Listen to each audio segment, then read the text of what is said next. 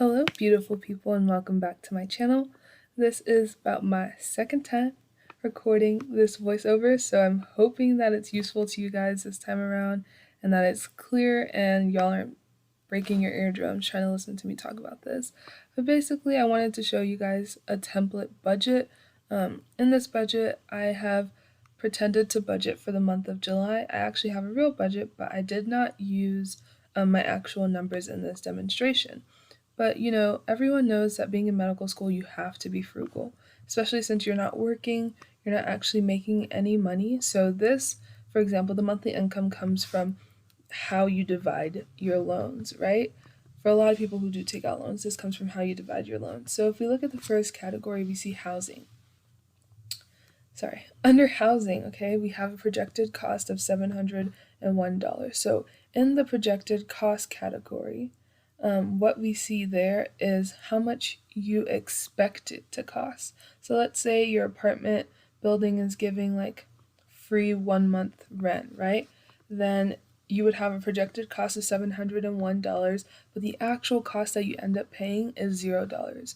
But to me, it is important that you still have the projected cost accurately displayed there because you want to know how much you'd actually end up paying every month for rent and the other things in the housing category, like your internet bill or your electricity bill, parking, water and sewer, renter's insurance, and for me, I put Apple storage because I also pay for Apple, right? And so let's say you live with one other person. When you actually receive these bills, you'll enter the amount and then divide by 2. So I like it so that the budget is filled with formulas. If it's filled with formulas, it's pretty user friendly. So you'll have the projected cost, you'll populate the actual cost column once you start paying these items, and the difference column just allows you to see either how much money you saved or if you overspent. So let's say you estimated $41.95 for parking every month, but in this particular month you had to pay for parking on campus as well. So you spent $140.40 on parking. Well, you're $98 over budget. And this budget sheet, part of the reason why I like it is because it allows you to see if you're overspending or underspending. And so $98 over budget, and you see that it calculates how much money you, I guess, saved in the end. I would say saved because it doesn't match the projected cost. And here in this example, I'm going to calculate how much you actually spent. So once we put in the formula, which if you don't know how to use Excel, I highly recommend you learn, we see that it's $240.66. So again, coming to the top of this budget sheet, there are areas for you to populate your projected budget and additional income. So let's say you have a fundraiser or something like that and people send you Cash App donations, right? That would go under the extra income part. And then the projected part would just be how you've divided your loans. And then your actual is what you actually have left. So there's transportation category for gas and car washes. Groceries, y'all know I like to eat. So I have a grocery budget, a dining out budget, and then I have cleaning supplies. So for food, I spend about $200 a month, or that's actually my real number. And then for personal care, people have like medications, hair, nails, clothing, dry cleaning, makeup. Dry cleaning I advocate for because we wear like white coats and stuff or dresses, and there are certain things that you want to be taken care of well, especially when you're going to be taking yourself like to a professional setting. So I think that's important. And then for makeup, there are certain things that run out. Entertainment.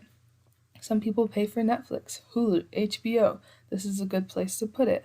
I personally don't pay for any of those things, so I just put a miscellaneous category. And under, like the miscellaneous that you see here includes a lot of random things that could have been part of entertainment. So I just put it here, and let's guesstimate that this person that I've made up in my head spent $68.45 on random items. One thing I definitely want to note that is not included in this video is a tracking sheet. If you can, track all of your expenses. I know that your mobile banking apps can do that, but it's also important that, see, I have a tracking category, I just didn't show it, but if you guys can, track all of your expenses so that you know what you're spending money on. So here's a loans category. I'm not including actual loans because I don't intend to start paying those while I'm in school. So I have 3 credit cards, Chase, Discover, Bank of America. Though in the projected cost category, that's the monthly payment for those credit cards. And then in the actual cost, I said this person was a overachiever, so they paid way more than they needed to, and it ended up spending $210 more than intended. And then another thing I want to emphasize is that even though you're in medical school, it's still important that you are saving money. Okay, so that can be in a retirement account, so like a Roth IRA, a savings account, just a regular one that accumulates like 1-2% interest, an investment account. Investing is important. If you have the ability to, I recommend putting money into stocks and allowing that to accumulate much greater interest than it would if it were in a regular savings account. And then Digit, that's an app that I have that I really enjoy. So Digit just takes out some miscellaneous amount of money from my bank account every single day. And I said that this person, for example, like maybe Digit was taking out 80 cents some days, $1.40 some days. Anyways, that person only got $27 removed that month, or they're only expecting $27 to be removed that month. And so far, they've only gotten $4.99. So far, there's $102 saved for that month. And that's a pretty good savings considering the fact that you're not actually making money.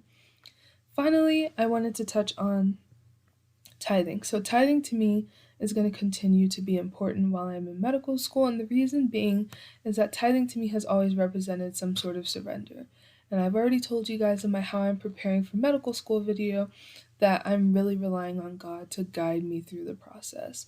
And so I'm going to continue to tithe, even if I'm tithing my loans, it's my increase. It's money that I didn't have before. So I'm definitely going to continue to do that. And then here I have another miscellaneous category that could consist of donations, gifts. I have a lot of friends who have birthdays coming up, so far $74.09 were spent from that category, but I budgeted $120, right? So at the bottom here you'll see your projected cost is totaled, your actual cost is totaled, and then the total difference is totaled. So this person expected to spend about $1,700 for this month.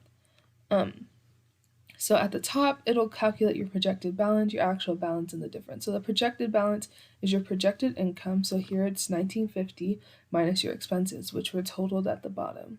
Your actual balance, right, is your actual income. So however much you actually end up getting for that month, which was $1,550 minus your expenses, which again were totaled at the bottom, and then the difference is the projected minus the actual. And that's how much money you end up saving. So this is a pretty good month for this person.